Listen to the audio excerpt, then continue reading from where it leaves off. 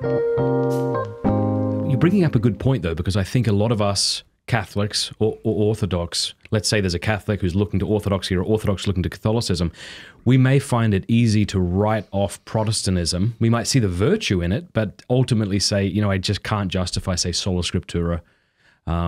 So then we think there's literally only two options, you know. Yeah. Yeah, so explain to us why that's not the case. That's not the case at all. And you know that's sort of axiomatic for many people because they talk about the one church until 1054. Oof, that's not true. Break this down for us. So number one, schisms are as old as the church. You already had divisions during the life of the apostles. You know, you already had a group in the early church with the apostles alive who were citing scripture against the apostles. You know, some of the Judaizers they'd go to Genesis 18 where it says, no, this circumcision in your flesh as an everlasting covenant. The Gentiles have to be circumcised. So doubting apostolic infallibility, in other words, the infallibility of the apostles, there was already people doubting that during their lifetime. So you had divisions. They turned out to be the Ebionites later on. But you had the Gnostics, and then they had different disagreements between themselves. You had the early Montanists. You know, you had all these different sects grow. The Donatists grew. They lasted till the 7th century. Arianism was massive, and it didn't die out just because of the Council of Nicaea was there. It grew. It had military backing. It had intellectual backing for centuries. But, you know, even closer to home, to the Roman Church, or to the Roman Empire I'm talking about, not the Roman Church, meaning the Italian peninsula. I'm talking about the Roman Empire that was Christianized.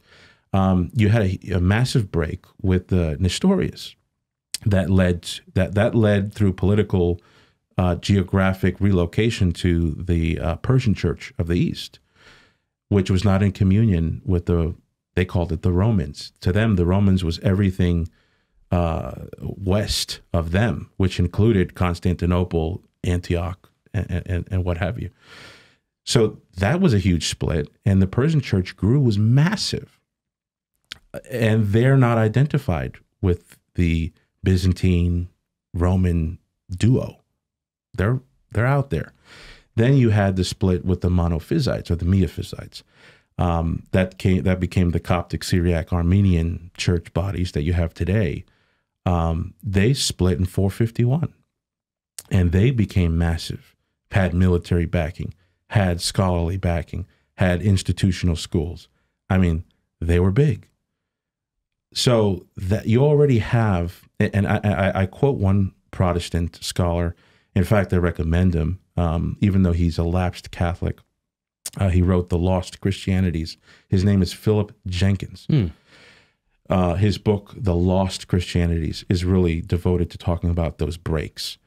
He said, and I'm tempted to agree, he said that as early as the 5th century, you already had enough division within Christendom as you would have in 16th century continental Europe with the Protestants. That is fascinating, yeah. Would never have thought that. It blew my mind when I read that. But the thing is, I couldn't deny what he was saying because he was backing it up with sources.